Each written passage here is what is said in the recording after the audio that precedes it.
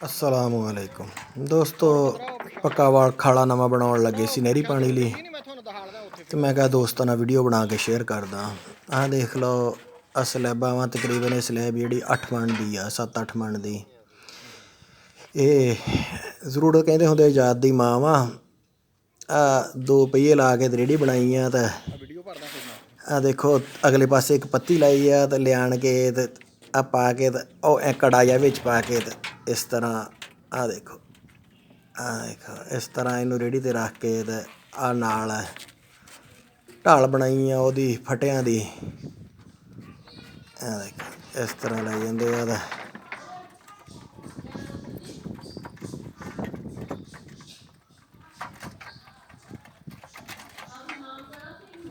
ਤਾਂ ਇੱਥੇ ਫਿਰ ਲਾ ਕੇ ਤਾਂ ਇਸ ਤਰ੍ਹਾਂ ਰੱਖੀ ਜਾਂਦੇ ਆ।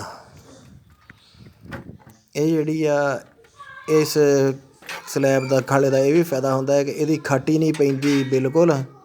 ਇਹ ਆਰਾਮ ਨਾਲ ਇਹਦੇ ਵਿੱਚੋਂ ਪਾਣੀ ਜਿਹੜਾ ਸਪੀਡ ਨਾਲ ਜਾਂਦਾ ਅਤੇ ਮਿੱਟੀ ਜਿਹੜੀ ਭਾਲੀ ਜਿਹੜੀ ਉਹ ਰੁੜਦੀ ਜਾਂਦੀ ਆ। ਦੇਖੋ, ਇਹਨੂੰ ਵਿੱਚ ਨੇਰੂ ਲਾ ਕੇ ਤੇ ਪਾਲਿਸ਼ ਕੀਤਾ ਹੁੰਦਾ ਹੈ, ਬਿਲਕੁਲ ਮੁਲਾਇਮ ਹੁੰਦਾ ਇਹ। ਅਤੇ ਵਿੱਚੋਂ ਇਸ ਤਰ੍ਹਾਂ ਦੀਆਂ ਵੀਡੀਓ ਦੇਖਣ ਲਈ ਮੇਰਾ ਚੈਨਲ ਸਬਸਕ੍ਰਾਈਬ ਕਰ ਲਓ।